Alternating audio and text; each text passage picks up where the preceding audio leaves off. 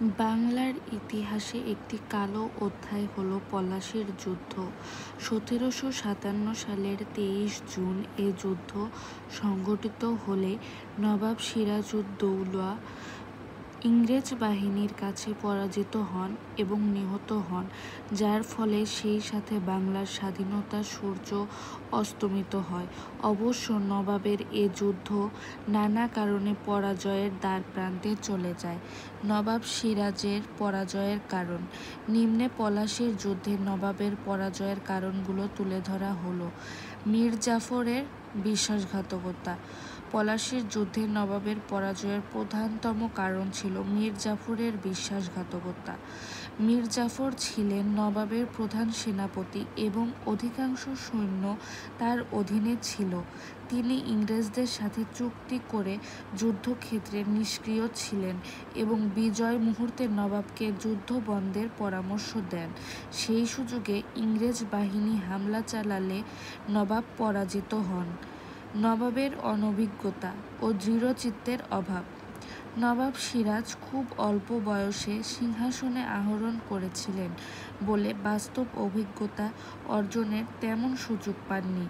অপরদিকে তার সেনাপতিদের ষড়যন্ত্রের কথা জানতে পেরেও মীর জাফরকে প্রধান সেনাপতির পদে বহাল রেখেছিলেন। এটি ছিল তার দৃঢ়চিত্তের অভাব, ফলে পলাশীর প্রান্তরে তাকে পরাজিত হতে হয়েছিল। অর্থনৈতিক কারণ। অর্থনৈতিক অসচ্ছলতার কারণে নবাবকে প্রায়শই জগৎ শেঠের মতো বিত্তবান লোকদের দ্বারস্থ হতে হতো।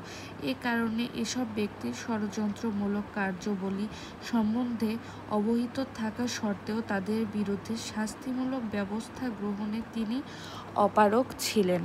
নৌশক্তির অভাব। ইংরেজদের শক্তিশালী নৌবহর নবাবের বিরুদ্ধে তাদের বিশেষ সহায়ক হয়েছিল। অন্যদিকে নবাবের অনুরূপ কোনো নৌবহর ছিল না, ফলে তিনি ইংরেজদের বিরুদ্ধে প্রতিরোধ গড়তে ব্যর্থ হন। বাংলায় চরিত্র সংকট। সে সময়ে বাংলায় নিদারুণ চরিত্র সংকট দেখা দেয়। সংকীর্ণ স্বার্থপরতা ও বিশ্বাসঘাতকতা অনেক বাঙালি চরিত্রকে কুলসিত করেছিল।